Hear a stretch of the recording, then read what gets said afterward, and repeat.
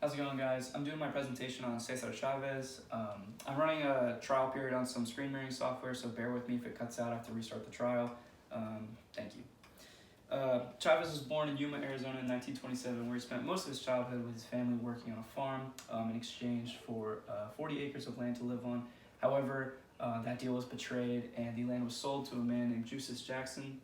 The Chavez family felt betrayed, so they consulted a lawyer to take out a loan to buy the land back. However, the lawyer knew they could not pay the interest on the loan and took their money and sold the land right back to Justice Jackson.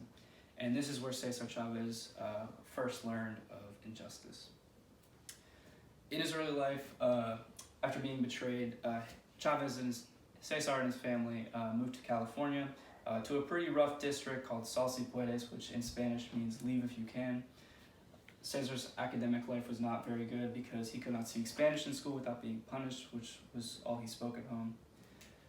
Chavez also worked on a farm while going to school to support his family. However, after his father suffered an accident, his father was no longer able to work, and after graduating the 8th grade, Cesar Chavez was forced to work in the fields to support his family, and so his mother would not have to work.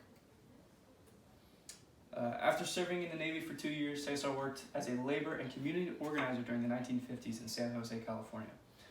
Cesar was heavily influenced by the nonviolent teachings of Gandhi and St. Francis, as well as the meeting of Father Donald McDonnell, which sparked his journey on his path of protest and fighting for the rights of farm workers.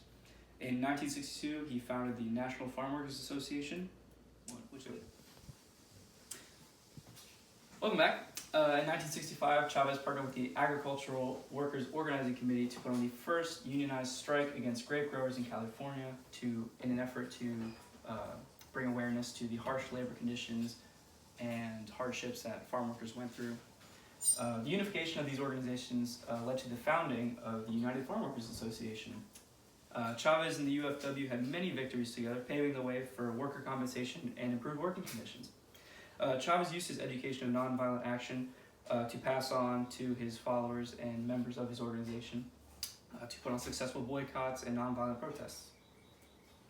Chavez was willing to die to ensure his methods of his boycotts and protests remain nonviolent.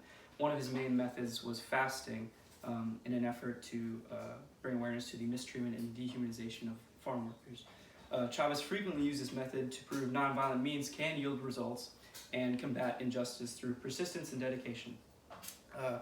This attracted people all over the United States to promote and support his cause, including celebrities and politicians.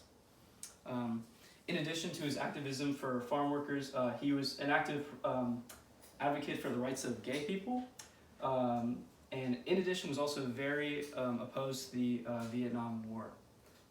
Cesar was a caring and loving person, which is why he fought so hard for the rights of all people. Cesar unfortunately passed away in his sleep at 66 years of age in 1993. Many believe because the frequency of his fasting was most definitely unhealthy for his body, which may have contributed to his death. Although Cesar passed away, his organization and what he stood for continues even today through the work of himself and his peers that he has passed down his knowledge to. The impact and importance. Cesar's commitment and accomplishments are the reason farm workers have benefits, protections, and better working conditions today. Laborers have the right to unionize because of Cesar's success with the UFW. A popular saying at the time when Cesar was campaigning with the UFW was "Viva la causa," meaning "Long live the cause." And it has because today many Americans now have rights and freedoms because of Cesar Chavez. Currently, March 31st has been proclaimed by President Barack Obama as a U.S. national holiday to commemorate the life, legacy, and achievements of Cesar Chavez. And those are my sources.